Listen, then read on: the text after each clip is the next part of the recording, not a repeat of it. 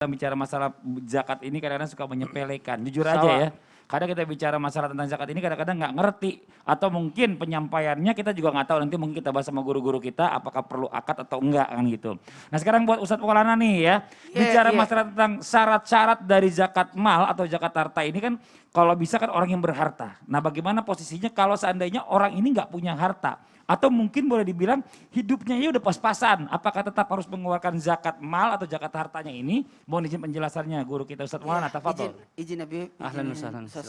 Bismillahirrahmanirrahim. Assalamualaikum warahmatullahi wabarakatuh. Waalaikumsalam warahmatullahi wabarakatuh. Jamaah. Lillah. Alhamdulillahirrabbilalamin. Allahumma salli ala sayyidina Muhammad wa ala sayyidina Muhammad. Nah kali ini kita akan bahas sesuatu yang sangat menarik sekali. Karena ini adalah pembahasan tentang zakat. Berarti ini adalah bagian daripada ibadah kita. Ibadah kan ada dua. Ibadah badaniyah, ibadah rohani dalam hati kita.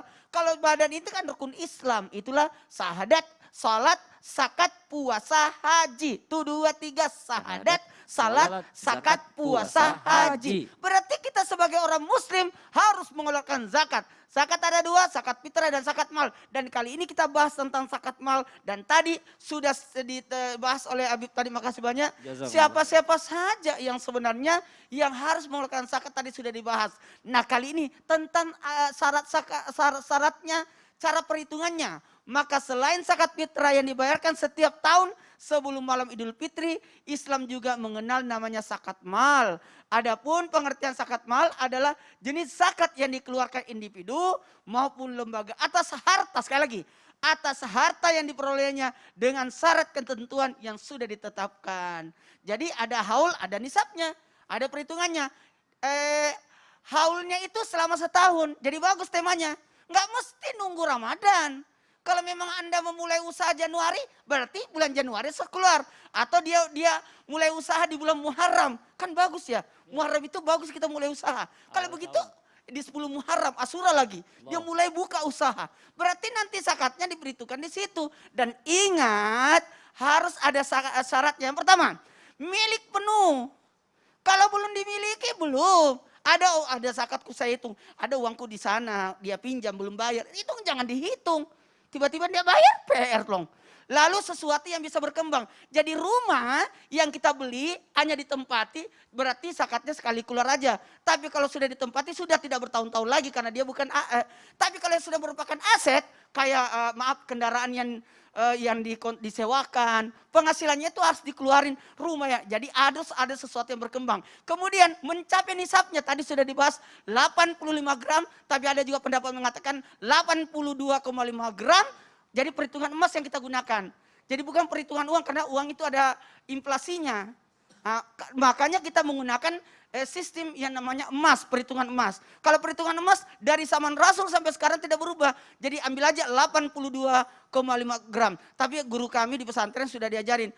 Untuk kehati-hatian, kalau memang ada uang dalam setahun mengendap, sekali lagi, ada sisa uang.